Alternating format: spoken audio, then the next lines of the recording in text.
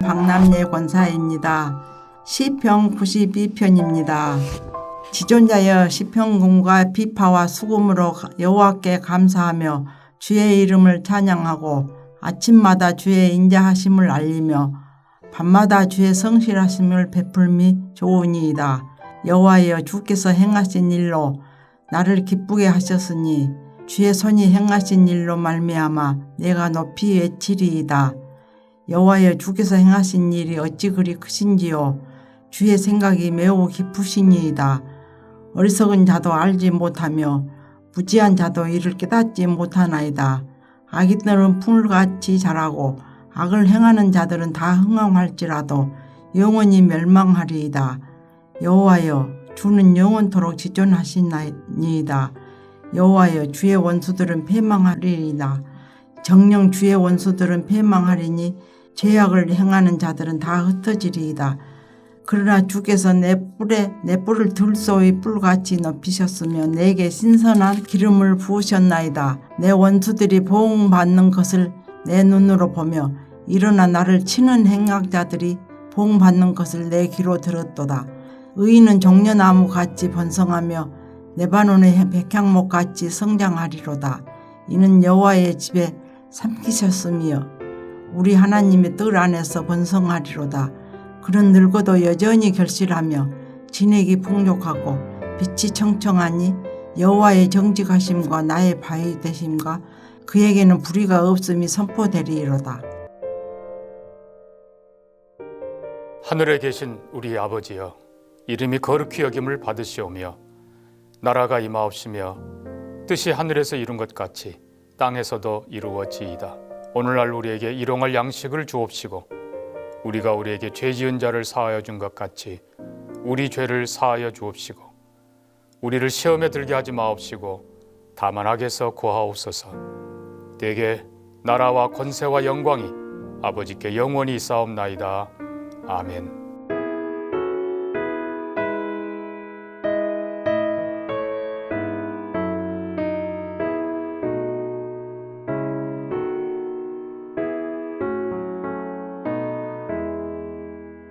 겸손히 주를 섬길 때 괴로운 일이 많으나 구주여 내게 힘주사 잘 감당하게 하소서. 인자한 말을 가지고 사람을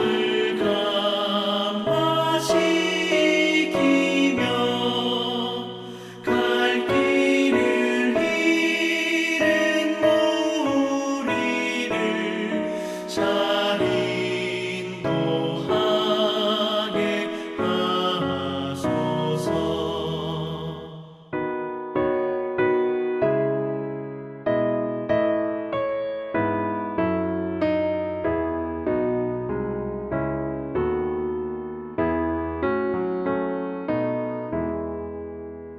구주의 귀한 인내를 깨달아 알게 하시고 굳건한 믿음 주셔서 늘 승리하게 하소서. 장래의 영광 비추사 소망이 되게 하시며 구주와 함께 살면서 장평강 얻게 하소서.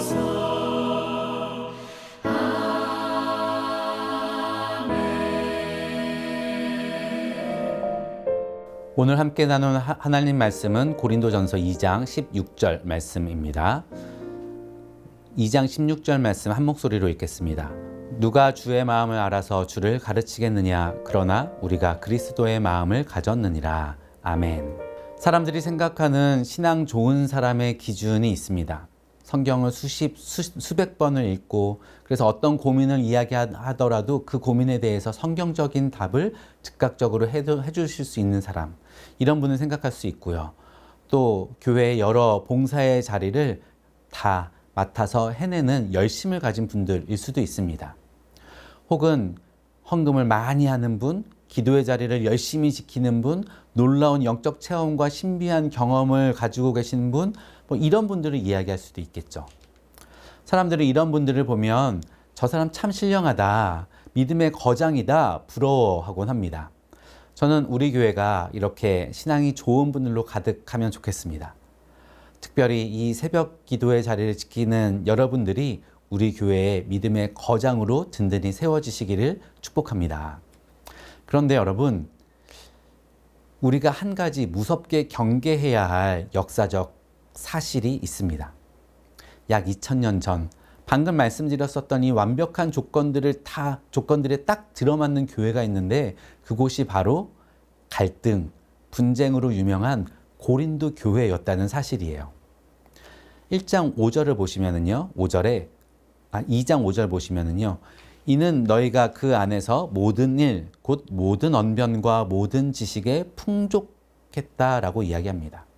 교회 안에 지식이 풍족한 사람들, 화려한 언변으로 사람들의 마음을 휘어잡는 능력자들이 많았었다라는 거예요. 또 뒤에 보면 예배 때 신비한 계시도 있고 방언도 있고 방언 통역하는 은사도 있는 성령의 은사가 풍성한 교회였습니다.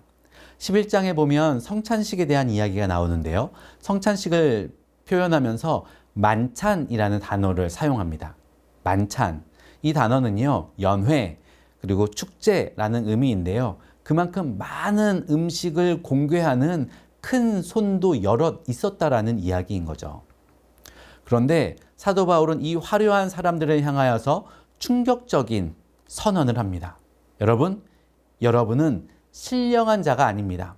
육신에 속한 자, 곧 그리스도 안에서 어린아이들입니다. 왜일까요? 그들의 이 풍성한 지식과 신령한 은사로 교회를 섬긴 것, 이게 잘못된 것일까요? 그렇지 않습니다. 그들이 교회에서 행한 모습들은 교회를 더 영광스럽게 하고 성도들을 더 풍요롭게 하는 긍정적인 모습들이었어요. 그런데 문제는요, 한 가지가 없었다는 사실입니다. 예수 그리스도, 정확히 말하면 십자가를 지신 예수님은 없었던 것이죠. 신앙이 좋은 성도란 예수께서 걸어가신 길, 자기의 십자가를 지고 예수님과 함께 그 좁은 길을 걸어가는 존재인데요. 고린도 교회는 좋은 것들이 넘치도록 있지만 그것을 가지고 자기를 과시하고 서로를 시기하는 도구로 사용하고 맙니다. 그래서 결국에는 교회를 찢어놓는 결과로 사도의 마음을 안타깝게 하는 교회가 되고 마는 것이죠. 왜 그런 일이 생겼다고요? 예수님이요. 자기를 비우고 형제를 위해 희생하는 그리스도의 마음이 철저히 빠져 있었기 때문에. 교회를 교회되게 하는 기준, 우리의 신앙생활에 반드시 기억해야 할 이정표는 예수 그리스도의 십자가입니다. 사도 바울은 고린도 교회가 품어야 할 중요한 기준을 제시하는데 그것이 우리가 읽었었던 16절 말씀이에요. 누가 주의 마음을 알아서 주를 가르치겠느냐? 그러나 우리가 그리스도의 마음을 가졌느니라. 이 고린도 교회 안에 있는 여러 분쟁을 해결할 수 있는 유일한 답, 교회를 영광스럽게 하는 유일한 열쇠는 그리스도의 마음, 이 안에 있습니다. 이 해답은 바울이 고린도 교회를 세우던 초창기부터 가장 중요하게 생각했었던 기준인데요. 그 이유는 고린도 지역에 오기 전 아덴에서의 경험 때문에 그렇습니다. 아덴에서 바울은 철학을 가지고 지식과 언변을 가지고 복음을 증거했었어요. 그런데 그 결과가요. 어떤 사람은 조롱하고 또 몇몇 사람은 나중에 듣겠다라면서 미뤄두고 마는 것이죠. 이 일로 바울은 큰 고민에 빠졌던 것 같습니다. 오늘 본문 3절을 보면은요, 내가 너희 가운데 거할 때에 약하고 두려워하고 심히 떨었다 이야기합니다. 마음에 고민이 있는 거예요. 복음에는 분명히 능력이 있는데 아덴에서는 왜 그 능력이 나타나지 않았을까? 물론 몇 사람들은 바울을 가까이 하고 믿기도 했습니다. 그러나 바울은요, 이 정도로 만족이 되지 않는 거예요. 어쩌면 아덴은 바울에게 있어서 가장 자신 있었던, 한번 해볼만 하다라고 생각했었던 지역일 수 있습니다. 유대 율법에 정통했었던 바울이고요. 이 율법만 아니라 당시의 철학에 있어서도 자신 있었던 바울이에요. 그렇기 때문에 바울은 이 아덴을 복음으로 철학이라고 하는 그 거성을 무너뜨리는 승리의 장소로 기대했을 수 있습니다. 그런데 그 기대가 여실히 무너진 거예요. 왜 그랬을까? 무엇이 문제였을까? 고민하다 보니까 이런 두려움이 생깁니다. 4절입니다. 내 말과 내 전도함이 설득력 있는 지혜의 말로 하지 아니하고 다만 성령의 나타나심과 능력으로 하여. 자기의 말, 자기의 설득력 있는 지혜의 말, 다른 말로 하면 자기의 과도한 자신감이 하나님의 일하심을 가로막은 것은 아닐까 두려워진 것이죠. 그래서 고린도 지역에서 바울은 계속 애를 썼던 것이 있는데, 나의 강함으로 하지 않고 하나님의 능력으로 하게 해 주십시오. 나를 내세우지 않고 오직 하나님만 드러나게 해 주십시오. 성령의 나타나심, 성령의 능력을 간구했었어요. 이 마음으로 사역했었던 교회인데요. 그 고린도 교인들에게서 결코 보고 싶지 않았었던 그 모습이 보이는 것이죠. 고린도 교인들은 자신의 영적 지식과 은사를 자신의 탁월함의 결과물로 생각합니다. 내 지혜야, 내 노력의 결과물이야, 이렇게 생각하면서요, 그것으로 당을 짓고 그것으로 다른 사람을 판단하고 무시합니다. 10절에서 바울은 말해요. 오직 하나님이 성령으로 이것을 우리에게 보이셨다. 하나님이 보여주신 거다. 아니, 볼 수 없는 우리의 눈을 억지로 여셔서 보게 하셨다라는 선언입니다. 12절에서도요. 하나님께서 우리에게 은혜로 주신 것들을 알게 하려 하심이라. 은혜다. 은혜로 주신 거다. 우리가 아는 모든 지식과 영적인 체험들, 이것은 우리가 똑똑해서 열심히 해서 얻어낸 성취가 아니라 성령께서 보게 하신 것이고 은혜로 거저 주신 선물들인데, 그것을 가지고 어떻게 자랑을 하고 다른 사람을 무시하는 도구로 삼을 수 있습니까? 그들의 교만을 지적하고 탄식하고 있는 것이죠. 고린도 교인들은 자신의 은사를 자랑하면서요, 성령님을 자신들만의 것으로 소유하려고 했습니다. 내게만 주셨어요. 그러니 나를 더 사랑하는 거예요. 그런데 12절을 잘 보시면은요, 성령의 역할은 그런 게 아닙니다. 오직 하나님으로부터 온 영을 받았으니 이는 우리로 하여금 하나님께서 우리에게 은혜로 주신 것들을 어떻게 한다고요? 알게 하려 하심이라. 뭘 알게 하려 하신대요? 은혜로 주신 거다. 내가 잘나서 얻은 것 아니고 은혜인 것을 알게 하고 겸손하게 하는 것, 이것이 성령님의 역할이라는 것이죠. 성령님은 우리를 겸손하게 하십니다. 내가 잘난 것 아니고 내 힘 아니고 오직 예수님의 십자가 공로 덕분에 거저받았습니다. 하나님이 주신 놀라운 은혜입니다. 그렇기 때문에 그 은혜 앞에 우리로 하여금 겸손하게 하는 것, 그것이 성령님의 역할이고요.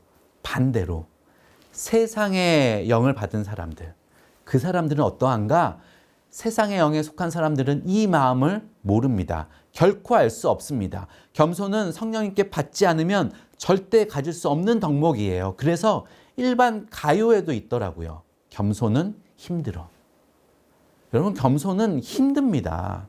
성령께서 보여주시고 성령께서 깨닫게 하지 아니하시면 우리는 겸손할 수가 없는 존재입니다. 이 겸손을 모르기 때문에 사람들은요, 자기를 드러내고 자기를 주장하고 다른 사람을 판단하고 무시하면서도 그것이 잘못된 것인지 모르고 의기양양할 수 있는 것이죠. 고린도 성도들은요, 각자 자신이 성령 충만하고 지혜롭다 주장하면서 교회를 쪼갭니다. 그런 성도들에게 바울은 그 해결책으로 다른 거 말하지 않고요, 성령의 역사를 말하고 있는 거예요. 참된 성령을 받은 사람, 영에 속한 사람은 공동체를 하나로 만듭니다. 어떻게 해요? 겸손함으로, 예수의 마음으로, 십자가의 원리로요.